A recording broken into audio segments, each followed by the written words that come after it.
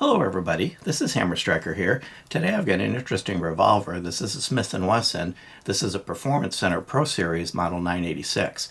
These are really designed for competition. Yes, you could carry it, but these are really a competition gun. The Performance Center is Smith Wesson's basically in-house tuning, and they're sold retail, commercially, but they're tuned in advance by the Performance Center team.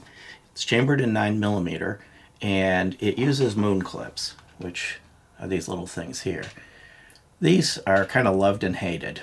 People that are not into competition tend to hate these things because they're a pain to load and unload. But competition people really do like them because you can preload them, have a belt full of them, and it makes for much faster reloads. So unlike some 9mm revolvers that index off the cartridge, the moon clip on these is required. That's how it works. Comes with two of them, and generally what I do when I get a new revolver that uses moon clips, I get these moon clip depot ones.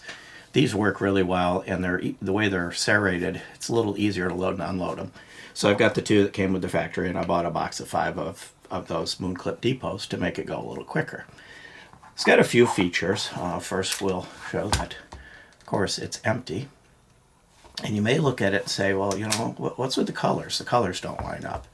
And that's on purpose. So the barrel, the frame, and everything except the cylinder is stainless steel. Durability and everything else. The trigger is also kind of stainless steel, but it's got an interesting coating on it. However, the cylinder is fluted titanium, and that's for speed. I did mention this is a competition gun. The goal behind this is to go as quickly as possible, steel challenge, that type of thing. And the variants of this model have been used in competitions. Now the one that's in my hand is currently discontinued. There's another variant of this, the JM Pro Series, adds another 1,000 to the MSRP and probably a little bit different tuning, but these are still out there. I picked this one up recently, but if this is something that interests you, probably need to act sooner than later. It does have adjustable rear sight, but unfortunately the sights are blackout. Surprisingly, I was actually able to shoot this quite well despite the sights. I tend not to like blackout sights, they're a little harder to see.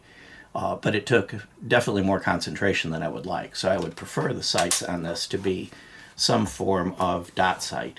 They're replaceable. The front sight's got a pin, so it's pinned and you can replace it. The rear sight unscrews. And one other thing I'll show you. Underneath it, see those screw holes? There's 3 of them. The one's hidden by the forcing cone. That allows you to remove this sight and put on a rail or any other, like an optic mount and things like that. And you'll see variants of this with optics on it used by different people in competition. So I will probably change that black front and rear sight, because other than, and using the features that are available to do it, there are some sights out there. But overall, this is a nice revolver. It's a big revolver. There is a snubby version of this, a 2.5 inch that's still in production.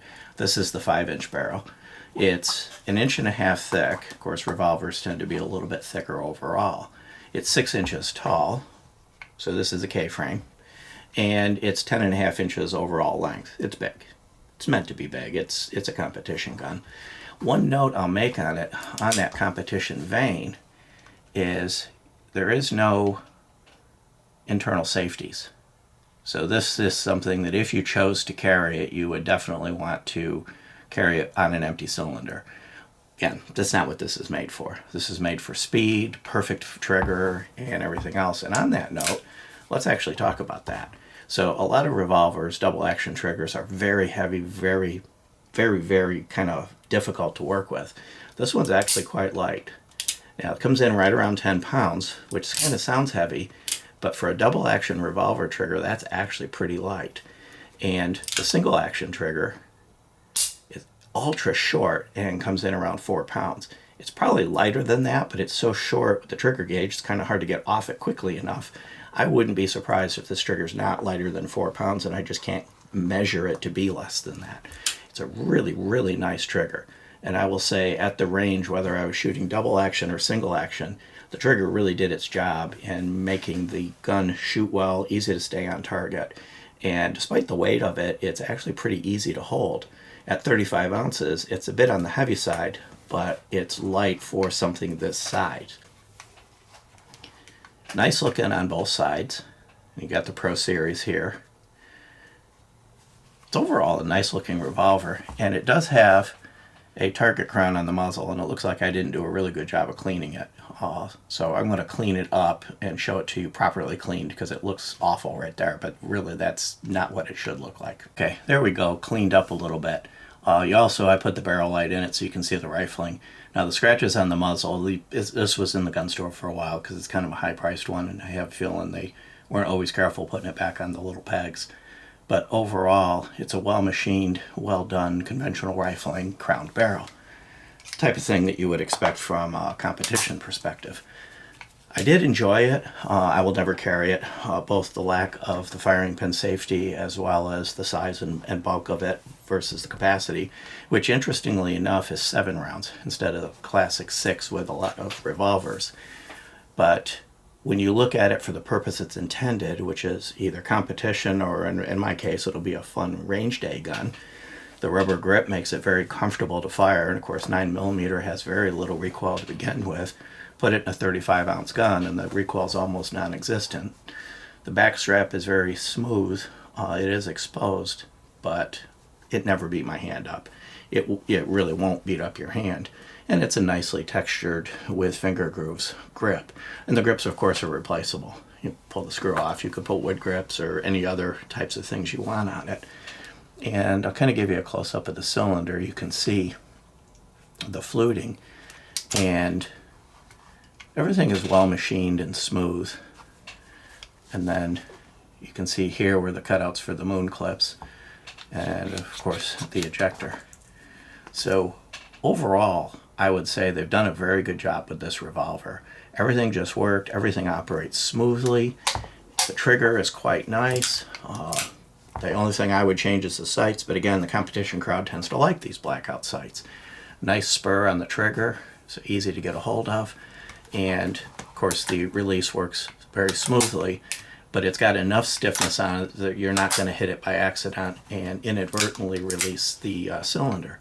All the features you would want on a gun that you're going to go fast with, or that you're just going to enjoy for the day at the range. Now, unfortunately, this tuning and materials and everything else does come with a bit of a pricey MSRP. MSRP on these are $14.29. You're probably going to be paying roughly in that territory because there's not a lot of them out there, especially now with them discontinued. The one thing you might wonder is, with a comma in the price, do I get a cardboard box? No, you get one of their blue plastic card cases with the foam in it, so it does come in a nice case that you can use to take it to the range, and even a room for a couple moon clips all ready to go. Other than that, I would say that this is a good choice if that's what you're looking to do with it. Beyond that, if you like our videos, please give us a thumbs up, share, subscribe, click that bell to be notified if you do. Check us out on Instagram, Rumble, Facebook. We're pretty much everywhere, and thank you.